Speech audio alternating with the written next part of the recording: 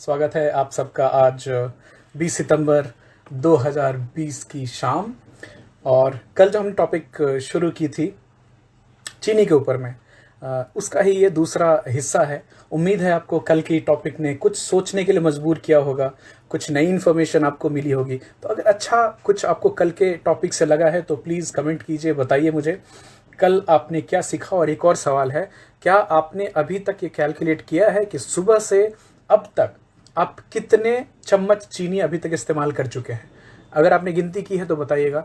मुझे याद है मैंने सुबह के चाय में 2 चम्मच, अभी एक चाय और पी तो 4 चम्मच चीनी हुई है मेरी। उसके अलावा कुछ मीठा नहीं खाया है दिन में। सो ये है मेरे अकाउंट। स्वागत है आप सबका। कल जब हम बात कर रहे थे कि शुगर जो है कितना एडिक्टिव होता है, अब शुगर एडिक्टिव है ये हम कल बात कर चुके हैं। हम कल ये भी बात कर चुके हैं कि हाय Rahul, 60,000 products are sold across by the processed food industry। और आपको ये जानकर बहुत बहुत आश्चर्य होगा कि उसमें से 75% में शुगर एडेड होता है। अब ये सोचिए कि ये चीनी हर चीज़ में मिलाई क्यों जाती है। 1, it is 8 times more addictive than cocaine। तो आप जो चीज़ खाएंगे जिसमें ज़्यादा चीनी की मात्रा है, आपको क्रेविंग वापस होगी।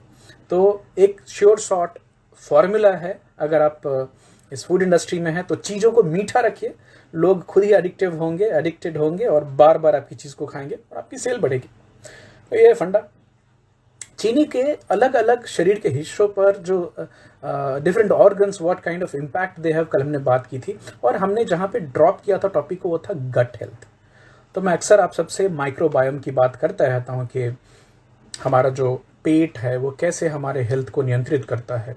और एक हेल्दी माइक्रोबायोम जो एक संतुलित मात्रा में बैक्टीरिया, वायरसेस, ईस्ट, फंजाई हमारे बॉडी के अंदर हैं, उनको सरवाइव करने के लिए जो बैक्टीरियाज हैं उनका प्राइमरी सोर्स ऑफ फूड होता है वो फाइबर्स होते हैं जो हमारे खाने से हम लेते हैं। But if you are taking lots of sugar, what is going to do is, by the way आपको एक इंटरेस्टिंग चीज़ बताने चाहूँ कि हमारे पेट में कितनी बैक्टीरियाज हैं। तो अगर ये सोचा कि चलिए हर एक बैक्टीरिया को इंडिविजुअली हम हाई बोले, कैसे हो हाई, ये हर एक बैक्टीरिया को हाई बोलने में हमें 30 लाख साल लग जाएंगे। 30 लाख साल। ये कहना है जीलिया एंडर्स का, जिन्होंने किताब लिखी जिसका नाम है गट। बड़ी फैंटास्टिक रीड है कि हम अपने पेट को हम कम समझते हैं। तो अभी देखा यह गया है कि जो गट बैक्टीरिया है वो सक्सेसफुली थ्राइव करती है फाइबर और फाइबर रिच फूड पे। तो जैसे फ्रूट में जो फाइबर्स गए, वेजिटेबल में फाइबर गए, उनसे they get energy, they get sustenance. But जब भी, और जो हेल्दी बैक्टीरियाज हैं उनको ये चाहिए। हालांकि जो पैथोजेनिक बैक्टीरिया है जो आपके शरीर में बीमारियां पैदा कर सकते हैं, वो बैक्टीरियाज थ्राइव करते हैं हाई शुगर कंटेंट के ऊपर। तो एक और चिंता की बात है कि चीनी हमारे खाने में कम से कम करने के लिए एक और आपको ये हिंट है। कल हम बात कर रहे थे कि 90% of serotonin is produced in the gut. और कौन बनाता है? डिफरेंट बैक्टीरिया जो हमारे शरीर के अंदर बनाते हैं। तो अगर हमारी गट में इम्बैलेंस है तो सेरोटोनिन की प्रोडक्शन भी कम होगी और हमारे मूड पे भी उसका असर होगा। अभी कल हम बात कर रहे थे कि बड़े लोगों में, जैसे जो एडल्ट फीमेल है उनमें 6 चम्मच टीस्पून चीनी की बात की गई है।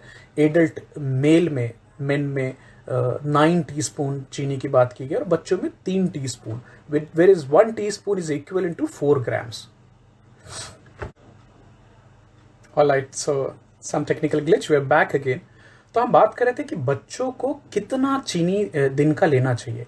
एक बात आप सबको और खासकर जो यंग पेरेंट्स हैं या वुड बी पेरेंट्स हैं, आपसे रिक्वेस्ट है कि जो 2 साल से कम उम्र के बच्चे होते हैं उनको तो चीनी बिल्कुल बाहर से नहीं मिलनी चाहिए। वापस रिपीट करूंगा, kids below 2 years of age, उनको चीनी बिल्कुल देने की ज़रूरत नहीं है। एक और चीज़ बताना चाहूँगा, high sugar in childhood is linked to what? Obesity, बच्चों में भी मोटापा होता है, हाई ब्लड प्रेशर और टाइप 2 डायबिटीज़। ये सब आगे चल के एक बच्चे के लिए कार्डियोवैस्कुलर रिस्क पैदा करते हैं। तो जो बच्चे बचपन से बहुत ज़्यादा चीनी इस्तेमाल करते हैं उनमें चांसेस ऑफ ओबेसिटी, उनमें chances of high blood pressure, उनमें चांस ऑफ टाइप 2 डायबिटीज़ मेल्टस बढ़ जाती है और बाद में उनको कार्डियोवैस्कुलर रिस्क भी हो सकते हैं। हाय अंचल, स्वागत है। अभी एज अ पेरेंट्स हमें क्या सीखना है कि हम लेबल्स कैसे रीड कर सकें, जो फूड आइटम्स अवेलेबल हैं मार्केट में उनके लेबल्स कैसे रीड कर सकें। जैसे फॉर एग्जांपल वापस रिपीट करूंगा, 4 ग्राम शुगर इज 1 टीस्पून। अभी आप कोई भी लेबल उठाकर देखने जाएं तो उसमें टीस्पून लिखा नहीं होता, उसमें ग्राम लिखा होता है कि पर 100 ग्राम में इतनी चीजें हैं। हम अक्सर उन चीजों को नजरअंदाज कर जाते हैं। मैं एक साथ और भी आपको बताना चाहूंगा कि चीनी को 257 अदर नाम से भी जाना जाता है। तो एक मोटी मोटी लिस्ट है, मैं आप सबसे शेयर करूंगा कि उसको आप कैसे पढ़ पाएं। कल भी हमने बात की थी, वापस रिपीट करते हैं, जो सबसे निम्न दर्जे का जो चीनी है वो प्रोसेस्ड फूड में होता है, मिला हुआ। क्योंकि आप उसको ये समझकर नहीं खा रहे होते कि चीनी खा रहे हैं, क्योंकि अगर आपको एक ग्लास जो शुगरी ड्रिंक है जिसमें फ्रूट जूस भी आते हैं उसमें कितनी चीनी मिली अगर आपको अलग से दिखे तो आप डर जाएंगे, क्योंकि हमें मोटा मोटा ये मालूम है कि चीनी स्वास्थ्य के लिए अच्छा नहीं है, लेकिन जब भी वो चीज़ों में मिली हुई होती है, मिक्स्ड होती है, तो हम और आप वो पता नहीं कर पाते। अब किस में मिली होती है, तो बच्चों की जो ड्रिंक्स होती है उसमें, फ्रूट जूस में मिली होती है, हर केक, पेस्ट्री, बिस्किट सब में चीनी मिली हुई है, और कितनी, ज़रूरत से ज़्यादा। चीनी का कुछ फ़ायदा है क्या? No nutritional value at all. ये ऐसा नहीं कि ये मिनरल्स है या वाइटामिन्स हैं जो हमारी बॉडी को चाहिए ही चाहिए, नहीं चाहिए। तो हमारे जो पूर्वज थे, बस ये 200 साल पहले तक चीनी तो दवाई ही थी, और आज चीनी इतनी कॉमन हो गई है। मैं आगे आपसे कुछ डेटा शेयर करूंगा, हालांकि बड़ा मुश्किल है ये डेटा निकालना। आपको जानकर आश्चर्य होगा कि इंडिया में चीनी की कंजम्पशन और बाकी चीज़ों की डेटा मैंने यूएसए की वेबसाइट से निकाली, क्योंकि हमारे यहाँ की वेबसाइट्स में ये सब इंफॉर्मेशन अवेलेबल नहीं है। एक और चीज़, अभी बच्चों को हम जो फ्रूट जूस पिलाते रहते हैं, ये पी लो, वो पी लो, ये मैंगो वाली जूस है, वो जूस है, यकीन मानिए उसमें बहुत ज़्यादा चीनी होती है। उनको, बच्चों को उसकी ज़रूरत नहीं है। कोई जूस जो बच्चों के लिए बेनिफिशियल हो सकता है, freshly squeezed juice at home, जो आप घर पे वेजिटेबल का, फ्रूट्स का मिलाकर जूस बनाकर बच्चों को दे सके बिना चीनी मिलाए, that would have some nutritional value. तो कभी ये सोचकर अपने बच्चे को टेट्रा पैक खोल करके एप्पल जूस या गवावा जूस या विचएवर मिक्स फ्रूट जूस पिलाएं, और अगर आप सोच रहे हैं कि बच्चे के स्वास्थ्य के लिए अच्छा है, गलत है, मत कीजिए उसको।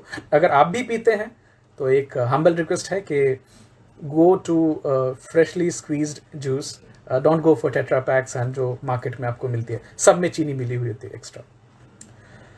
अभी बच्चों का जो हंगर है वो बच्चे एक्चुअली खुद से रेगुलेट कर लेते हैं। हालांकि any coercive, restrictive, environmental cues to tell that when to eat can override our natural self-regulation, so that we no longer pay attention to hunger and fullness cues.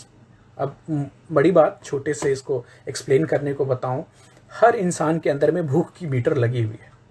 अब बच्चों में भी ये मीटर डेवलप हो रही होती है, लेकिन एज अ पेरेंट हम उसको फुल ब्लोन आने नहीं देते, क्योंकि हमारा काम है, कर्तव्य है, टाइम टू टाइम बच्चों को ठूस के खिलाना। कई बार होता है बच्चे बोलते भूख नहीं है, फिर भी हम खिलाते हैं उनको। अब ये टाइम टू टाइम जो ओवर फीडिंग है, उससे बच्चा बाद में भूख है कि नहीं है ये फीलिंग ही खत्म हो जाती है। तो ये जो नेचुरल इंस्टिंक्ट है बच्चों का, उसे डेवलप होने दें एज ए पेरेंट। अक्सर जो पेडिटिशियंस हैं वो बताते हैं कि हर माँ बाप को लगता है कि उसके बच्चे कम खाते हैं। जो बच्चे बड़े इंट्यूटिव होते हैं, उनको जो खाना चाहिए वो मांग के खा लेते हैं, तो चिंता ना करें। एक और हमारी कल्चर में और हर कल्चर में एक, मैं बोलूं, गलत सी भ्रांति हो गई कि किसी चीज में ना सेलिब्रेट करना मीठा हो जाए। अब हिस्टोरिकली हमें कुछ मीठा नहीं मिलता था, तो मीठा महंगा भी होता था, तो एक सेलिब्रेशन होती थी। अभी चीनी इतनी सस्ती हो गई है। अभी मैं एक रिपोर्ट देख रहा था, दुनिया में चीनी की प्रोडक्शन इतनी ज़्यादा बढ़ी है कि चीनी के रेट्स कम हो रहे हैं। और इसके पीछे पॉलिटिकल, इकोनॉमिक बहुत सारे फोर्सेस काम करते हैं कि चीनी कितने दाम पे बेची जाए, कहाँ अवेलेबल की जाए। उसके बारे में हम और बात करेंगे। अभी बच्चों पे चीनी के कुछ गलत असर होते हैं क्या? Are there any? तो 4 चीजें हम आपको ध्यान में रखने को बोलेंगे कि पहली बात, चीनी कोकीन से 8 गुना ज़्यादा एडिक्टिव है। भारत में प्रति व्यक्ति 20 किलो चीनी कंजम्पशन है पर साल में यहाँ पे। हालांकि मुझे ये डेटा पुरानी लगती है। हमारे यहाँ जिस हिसाब से मिठाई की दुकानें और मीठी चीज़ें मिलती हैं मार्केट में। मुझे लगता है हम दुनिया में चीनी कंजम्पशन में आगे होंगे, जो डेटा हमारे बताती है। ऐसे ही हम डायबिटीज़ के कैपिटल नहीं कहे जाते हैं वर्ल्ड ओवर में। कुछ लोग, और खासकर ये शुगर इंडस्ट्री भी आपको ये बात बताएगी कि गुड़ जो है, शक्कर जो है, खांड है, ये नेचुरल है और ये खराबी नहीं करती है। इस लॉजिक में मत फंसिएगा। चीनी हर तरह की खराब करती है, हमें किसी भी खास तरह की चीनी की ज़रूरत नहीं है। Thank you Vicky. अभी इस लॉजिक से कि चीनी नेचुरल है क्योंकि वो शुगर केन से निकल के आई है, तो भाई साहब उसी हिसाब से कोकेन भी तो नेचुरल ही है, अफीम जो है वो भी नेचुरल ही है, भांग भी नेचुरल है, और तो और जाने दीजिए टोबैको जो है, तंबाकू, वो भी नेचुरल है। तो हर चीज़ जो नेचर में निकल के आई ज़रूरी नहीं कि स्वास्थ्य के लिए अच्छी होती है। हमें बचना किससे है और बच्चों को किस चीज़ से बचाना है? हिडन शुगर, वैसी चीनी की चीज़ें जो छुपी रहती हैं, हमें आपको पता नहीं चलती। जैसे कॉर्न सिरप, अभी आप और मैं साधारण इंसान, हमें क्या मालूम कॉर्न सिरप क्या होता है? ये चीनी का प्रकार है। हाँ, हाई फ्रुक्टोज कॉर्न सिरप बोलते हैं इसको निकाला जाता है मकई से, कॉर्न से निकालते हैं। Invert sugar, fructose syrup, glucose, मतलब अलग अलग तरह के। मैं एक पिक्चर शेयर करूंगा आपसे। इरिथ्रिटॉल, अब शुगर को अल्कोहल के रूप में यूज करना, वो भी खाने में मिलाना, मतलब इतनी सारी कंफ्यूजिंग टर्म्स हैं जो कि साधारण भाषा में आप पढ़कर समझ नहीं सकते लेबल्स के ऊपर में कि इसमें है क्या। यहाँ पे हमें हमारी एजेंसीज को, हमारी सरकार को, हमारी जो कंपनीज है, एज ए कंज्यूमर भी हमें पूछना चाहिए कि है क्या इसमें। FSSAI एक लीफलेट उन्होंने रिलीज किया है कि खाने में जो लेबल्स हैं, जो चीज़ें मिली हुई हैं, उसको कैसे पढ़ा जाए। I will be also sharing that with all of you. हालांकि हमारी जो अटेंशन स्पैन है आज के समय में बहुत कम हो गई है, कई सारी चीज़ें बार बार अगर आपको रिपीट हो तभी जाके दिमाग में अंदर जा पाती है। चीनी क्या करता है, खासकर बच्चों में, ये हमारे बच्चों की इम्यून सिस्टम को सप्रेस करता है, कमज़ोर करता है। अभी आप एज अ पेरेंट पूछेंगे तो बच्चों को खिलाएं क्या अगर चीनी और मीठी चीज़ें नहीं खिलानी है तो? Fruits are a nice replacement, but याद रखिए बहुत ही शुगरी फ्रूट नहीं होना चाहिए। Second, honey is a better replacement as compared to plain sugar. उसकी भी मात्रा कंट्रोल में रखें, बहुत ज़्यादा ओवरडू करने की ज़रूरत नहीं है। याद कीजिएगा और याद रखिएगा, चीनी से हमें कुछ न्यूट्रिशन नहीं मिलता है, तो ज़रूरी नहीं है कि हर दिन चीनी इतना खाना ही है। तो मैं जो लिमिट बता रहा हूँ कि बच्चों में 3 चम्मच चीनी वो मैक्सिमम है, औरतों में 6 चम्मच मैक्सिमम है, मर्द में 9 चम्मच मैक्सिमम है। कंसिडर कि मर्द शायद फिजिकल लेबर करें, जो आजकल हम कुछ नहीं करते। बच्चों में कंसंट्रेशन जो पढ़ाई में है, किस चीज़ पे ध्यान डालना है, ये कम होती है चीनी के एक्स्ट्रा कंजम्पशन से। बच्चों की आंख कमज़ोर होती है, आई साइट कमज़ोर होती है। और मज़े की बात बताऊँ आपको, आइज करती है, कमज़ोर करती है चीनी एक्स्ट्रा यूज़ करना। एक और चीज़ याद रखिए, बच्चों की कंसंट्रेशन लेवल कम होती है, आंख की रोशनी कमज़ोर होती है। और इंटरेस्टिंग चीज़ ये देखी गई कि स्टडीज़ में कि जो बच्चे चीनी का बहुत ज़्यादा इस्तेमाल करते हैं और जिनकी आंख कमज़ोर हो रही है, जैसे वो चीनी की लेवल कम करते हैं अपने खाने में, उनकी आई की जो पावर है वो वापस रिस्टोर होती है। मज़ेदार बात है। पेट में दर्द होना ज़्यादा चीनी कंजम्पशन पे, इंडाइजेशन होना, एसिडिक डाइजेस्टिव ट्रैक होना, बिकॉज चीनी से बहुत ज़्यादा चीनी पचाना भी डिफ़िकल्ट होता है। और जैसा हमने पहले बताया कि जो हार्मफुल बैक्टीरिया हैं उनको चीनी फ़ायदा पहुंचाती है और जो अच्छे बैक्टीरिया हैं उनको नुकसान पहुंचाती है। ज़्यादा चीनी यूज़ करने वाले बच्चों में अस्थमा के केसेस देखे गए हैं। इंटरेस्टिंग बात है। ज़्यादा चीनी कंजम्पशन से बच्चों में increase risk of food allergy देखी गई है। कुछ बच्चों में एक्जिमा भी देखा गया है और खासकर स्टडी में देखा गया कि जो बच्चे ज़्यादा चीनी का इस्तेमाल करते हैं उनमें एक्जिमा के चांसेस बढ़ जाते हैं। पुअर बॉवल मूवमेंट, मतलब चीनी ज़्यादा मात्रा में चीनी वाली चीज़ें खाने से डायरिया भी होती है बच्चों में, पेट खराब होता है। और तो और बच्चों में किसी चीज़ के ऊपर फोकस करना, समझना, अंडरस्टैंडिंग और लर्निंग डिसेबिलिटी को भी बढ़ाता है। तो अगर ज़्यादा चीनी आप खा रहे हैं, हम आगे देखेंगे टेक्निकली क्या कारण है कि आज हमारे बच्चे जो हैं वो किसी चीज़ पे ज़्यादा फोकस या अटेंशन नहीं दे पाते हैं और कॉन्सेंट्रेट नहीं कर पाते, तो बहुत हद तक उसमें एक हाई शुगर वाला खाना और जो लाइफस्टाइल है हमारी, वो भी रिस्पॉन्सिबल है। एक इंटरेस्टिंग सी आर्टिकल कोट कर रहा हूँ। मिस्टर जॉन यूडकिन ने 1972 में किताब लिखी थी। किताब का नाम था प्योर, वाइट एंड डेडली, चीनी के बात में थी। 1972। उन्होंने लिखा था, I hope when you have read this book I shall have convinced you that sugar is really dangerous. But हालांकि ये जो जॉन यूडकिन साहब की जो किताब है और इनकी जो बात है ये दबा दी गई। और क्या हुआ कि जैसे इन्होंने बताया कि चीनी खतरनाक है और 1970 में बताया, 72 में, उसके अगेंस्ट में बहुत सारे चीनी इंडस्ट्री के लोगों ने ऐसे रिसर्च और पेपर्स पब्लिश कर दिए कि इनके बाद छोड़ो।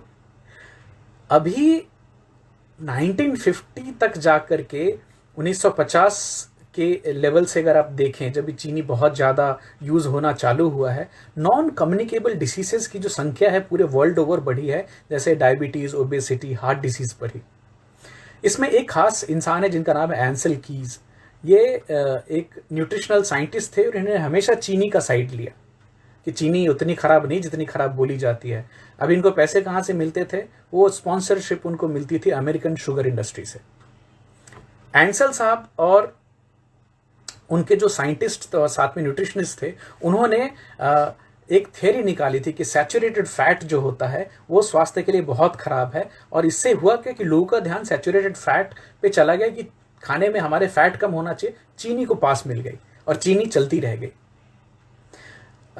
गैरी टेरर्स करके एक टाउबे करके एक इन्वेस्टिगेटिव जर्नलिस्ट हैं जिन्होंने अभी हाल में किताब लिखी जो कि न्यूट्रिशनल सब्जेक्ट्स पे लिखते हैं और 1990 से ये एक खास रिपोर्टर हैं। तो इन्होंने एक किताब निकाली है, द केस अगेंस्ट शुगर। बड़ी इंटरेस्टिंग किताब है जिसमें उन्होंने चीनी की कमर्शियल, इकोनॉमिक और पॉलिटिकल फोर्सेस के बारे में बात की है कि ये इतना आसान मामला नहीं है। अभी वो गैरी साहब जो है वो पूछते हैं कि आप दुनिया का कोई भी जो इंसान है ये मुझे बताए कि डायबिटीज़, मोटापा, obesity, heart disease, asthma, gout, cancer, stroke, hypertension, dementia, इन सब के केसेस बढ़ क्यों रहे हैं हमारी सोसाइटी में? चाहे आप जिस भी देश में रहते हैं, जिस भी राज्य में रहते हैं, why these cases are increasing? तो एक थॉमस विलिस हैं, थे एक्चुअली 1960 में, डॉक्टर थे इंग्लैंड में। उन्होंने मतलब आज से कुछ 420 साल पहले कि एक डायबिटिक आदमी के पेशाब को टेस्ट किया और बोला कि अरे ये तो मीठा है, और तभी उन्होंने डायबिटिक के आगे में मिलिटस लगाया। मिलिटस मतलब from Honey.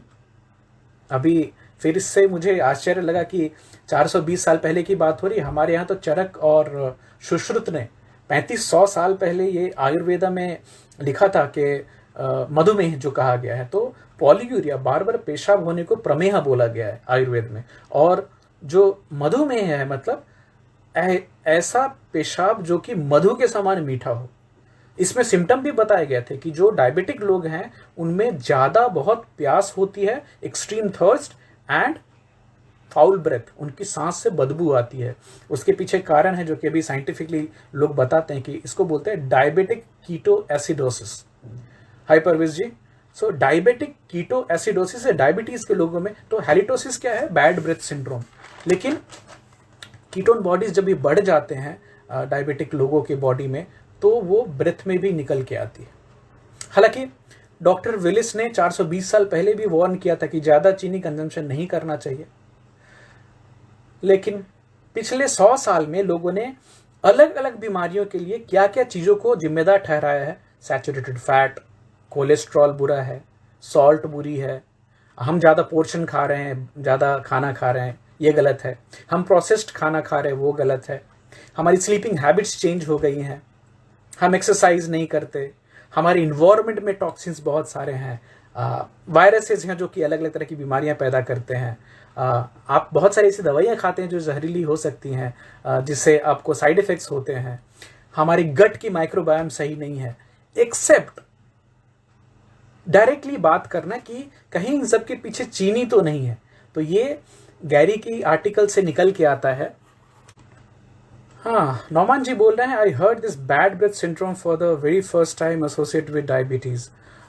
This is documented Nauman भाई, जो इसको डायबिटिक कीटो एसिडोसिस बोलते हैं। और खासकर जो डॉक्टर्स हैं, जो एक्सपीरियंस्ड डायबिटोलॉजिस्ट हैं, वो तो आप एक्चुअली डायबिटिक लोगों की ब्रेथ दूर से पहचान सकते हैं कि कीटोसिस बोलते हैं उसको, डायबिटिक कीटो एसिडोसिस। उसकी वजह से एक टिपिकल कीटोन, जैसे अब जो लैब में गए हैं, हाँ आप वापस आप लोग ज्वाइन कर पाए तो अच्छी बात होगी। कीटोन की जो स्मेल होती है ना, जो लैब में साइंटिस्ट और एज अ स्टूडेंट भी हम लोगों ने देखा था, सेम स्मेल आती है वो इन डायबिटिक लोगों में भी। तो हम वापस बात करते हैं, सैचुरेटेड फैट बुरी है, कोलेस्ट्रॉल बुरा है, सॉल्ट बुरा है, पोर्शन साइज ज़्यादा है हमारा, प्रोसेस्ड फूड खाते हैं, स्लीपिंग हैबिट्स खराब हैं हमारे, lack of exercise, environmental toxin, viruses, prescription drugs, gut microbiome, ये सारी चीज़ें हमारे हेल्थ को ख़राब कर रही हैं, ये बोला जाता है, बशर्ते चीनी पे कोई बात नहीं करता। अभी इसके पीछे क्या है, एक चीनी जो खराब है इसको रोकने के लिए फूड इंडस्ट्री की तरफ से बहुत सॉलिड फंडिंग होती है। और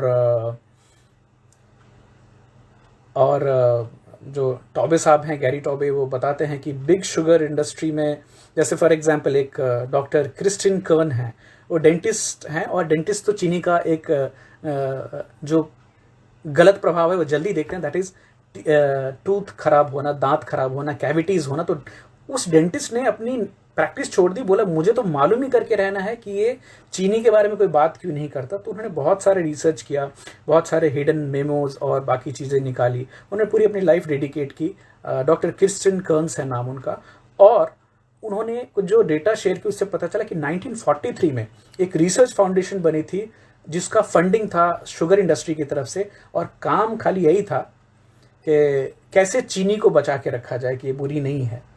और जितने भी साइंटिस्ट थे उनको अच्छे सारे ग्रांट मिलते थे, और साथ में एड कैंपेन्स होते थे जिसमें बहुत ज़्यादा पैसे खर्च किए जाते थे। तो हमेशा एक अगर आर्टिकल है कि चीनी खराब है तो ये 4 आर्टिकल पब्लिश कर देते थे चीनी के फेवर में। अभी डाइट सोडा अच्छा होता है, ये चला, सैक्रिन चली, तो इन लोगों ने फिर सैक्रिन को बदनाम करने के लिए भी काफ़ी पैसे खर्च किए, फिर बाद में चीनी वापस आ गई। इन्होंने एग्जैक्टली शुगर इंडस्ट्री में वही फिलॉसफी और स्ट्रैटेजी अपनाई जो कि बिग टोबैको कंपनीज ने पहले अपनाई थी। तो बिग टोबैको कंपनीज का करना क्या था कि अगर कोई साइंटिस्ट ने आए और बताए कि इससे ये तंबाकू के स्मोक करने से बीमारी होती है, तो उसके बदले वो 4 ऐसी आर्टिकल ले आते थे कि इससे भी होता, इससे भी होता। जनता हमेशा कंफ्यूज हो जाती थी। ये अभी भी चल रही है, एंसेल कीज के टाइम से चल रही है। फ्रेडरिक सेटर हैं, स्टेयर, वो भी हमेशा से ये लोग इंडस्ट्री से पैसे लेते रहे और इंडस्ट्री के फेवरेबल रिपोर्ट्स छापते रहे। 1970 तक इन्होंने पब्लिक, गवर्नमेंट, हेल्थ बॉडीज सबको इतना भरोसा दिला दिया कि चीनी से घबराने की जरूरत नहीं, इतना सारा साइंटिफिक एविडेंस है।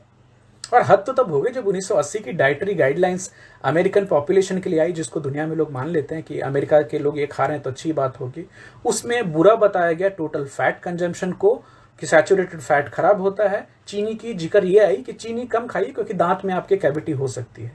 इससे ज़्यादा कुछ नहीं पता चली। 1980 के बाद से जो यूएसए में और यूरोपियन कंट्री में जो ओबेसिटी की ट्रेंड बढ़ी है, मोटापे की ट्रेंड बढ़ी है, बड़ी खतरनाक बढ़ी, और आज भी कंटिन्यूड है। हालांकि चीनी के ऊपर में अब कुछ जगहों पे टैक्स लगना चालू हुआ है।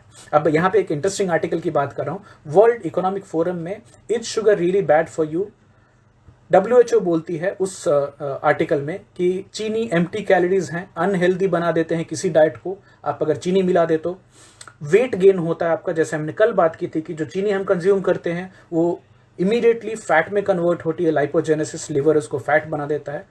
Non communicable diseases like diabetes और कार्डियोवैस्कुलर डिसीज को ये बढ़ाती है आगे। डॉक्टर रॉबर्ट लस्टिग साहब हैं, उनका बोलना है कि added sugar is 11 times more potent at causing diabetes than general calories। वापिस रिपीट करूंगा, चीनी मिलाने के आप खासकर बच्चों की बात कर रहे हैं, बच्चों में अगर चीनी और चीनी से ज़्यादा मिली हुई चीज़ें खाएं तो उनका 11 गुना ज़्यादा चांस डायबिटीज होने का हो जाता है as compare to normal calories which is derived from same other food sources. There is also world economic forum के आर्टिकल के हिसाब से direct correlation between sugar and cancer, because high sugar level causes release of gastric inhibitory polypeptide, GIP बोलते हैं इनको, जो कि body में इंसुलिन के लेवल्स को बढ़ाते हैं। और इंसुलिन रेसिस्टेंस और कैंसर का पुराना कोरिलेटेड संबंध है, जो कि अलग अलग स्टडीज में पहले से प्रूव किया जा चुका है। तो मैंने सोचा कि एक बार चेक करके देखते हैं कि हम ओवरऑल चीनी दुनिया में बनाते कितना और खाते कितना है। सो 2018-19 की डेटा, और ये डेटा मुझे मिली है अमेरिकन एग्रीकल्चरल USDA से, 172.6 मिलियन मेट्रिक टन चीनी हमने 18-19 में दुनिया में बनाई। इस साल 2021 में वो बढ़ के होने वाली है 177.8 मिलियन मेट्रिक टन्स। चीनी अभी तक जितने जो कार्य बोले इंसानियत है, अभी चीनी जितनी वाइडली अवेलेबल, इतनी सस्ती अवेलेबल पहले कभी नहीं थी।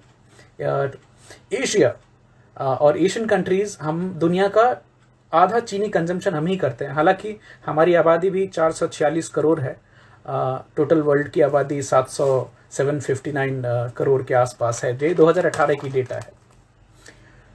यूएसए की हम बात करें तो यस नोमान भाई, आप सही बोल रहे हैं कि sugar addiction is like cocaine addiction. आपने कुछ लिखा है, a doctor said once to me, I wonder people ask me is artificial sweetener is bad for health, and I told them not as bad as the white sugar you have been consuming and finally become diabetic.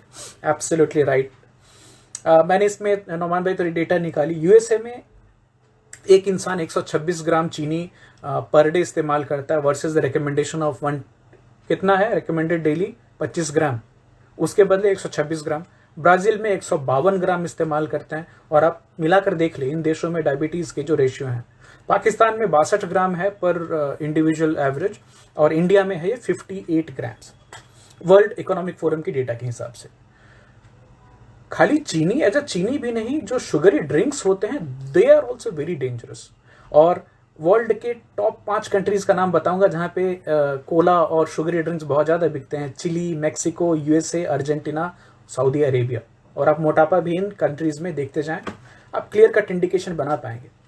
हालांकि China में चीनी की consumption कम है, पर person consumption is just 33 grams only.